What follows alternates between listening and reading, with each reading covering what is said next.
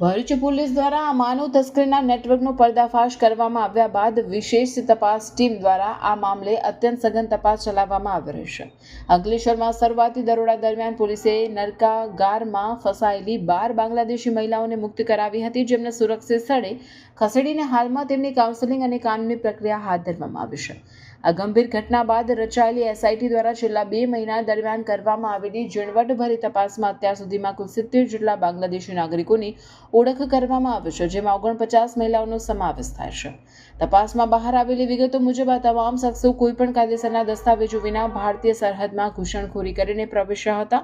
અને તેમાંથી કેટલાક સંગઠિત માનવ તસ્કરી તેમજ અન્ય ગંભીર ગુનાહિત પ્રવૃત્તિઓમાં સક્રિય રીતે સંડોવાયેલા હતા। એસઆઈટીના વડા અને અંકલેશ્વર ડીવાયએસપી કુશલ ઓઝાએ આ અંગે માહિતી આપતા જણાવ્યું હતું કે આ આખા કૌભાંડના મૂળ સુધી પહોંચવા અને માનવ તસ્કરીના આ જાળને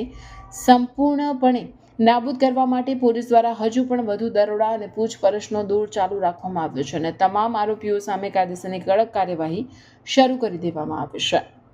ત્યારબાદ આ ગુના અંતર્ગત તેનું મને એમાં ઇમિગ્રેશન એન્ડ ફોરેનર્સ એક્ટની કલમનું પણ એડ કરવામાં આવે। આ અંતર્ગત ભરૂચ જિલ્લામાં તથા આજુબાજુમાં ક્યાંય પણ આ પ્રકારના બાંગ્લાદેશીનું આવાગમન હોય અને એના બાબતેનો જે ગુનો દાખલ થયો છે એ બાબતે સુપરવિઝન માટે મહેરબાન એસપી સાહેબ ભરૂચ દ્વારા એસઆઈટીનું ગઠન કરવામાં આવેલ તથા નાયબ પોલીસ અધિક્ષક અંકલેશ્વરને તેને સુપરવિઝન અર્થે એસઆઈટી અધ્યક્ષ બનાવવામાં આવેલ। તે અંતર્ગત એસઆઈટીની કામગીરીના ભાગરૂપે અત્યાર સુધીમાં કુલ 70 જેટલી બાંગ્લાદેશી મહિલાઓ અને એને રેસ્ક્યુ કરવામાં આવેલ છે। 70 જેટલા લોકોને રેસ્ક્યુ કરવામાં આવેલ છે, જે પૈકી એસઆઈટી અંતર્ગત 58 જેટલા બાંગ્લાદેશી લોકોને રેસ્ક્યુ કરવામાં આવ્યા છે, જે પૈકી 49 જે છે એ મહિલાઓ જે છે અને 9 જેટલા જે છે એ પુરુષોને બાંગ્લાદેશીઓને રેસ્ક્યુ કરી અને તેમને આઈડેન્ટિફાઈ કરી અને હાલ તેમની કાયદેસરની કાર્યવાહી પણ કરવામાં આવી રહી છે। આમ ભરૂચ જિલ્લામાં બાંગ્લાદેશીઓ જે ગેરકાનૂની રીતે ભારતમાં વસવાટ કરે છે અને ગેરકાનૂની પ્રવૃત્તિ કરી રહ્યા છે અથવા કરી શકવાની સંભાવના છે તેને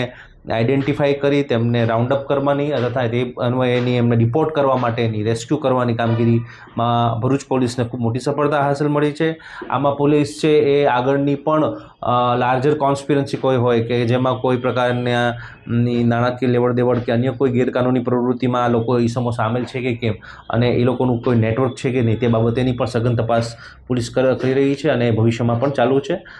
કેટલાક આરોપીઓ આમાં નાસ્તા ફરતા પણ છે, જેને પણ આગળ પોલીસ છે એ પકડવાની કોશિશ કરી રહી છે અને એ બાબતની તપાસ ચાલુ છે। પોલીસ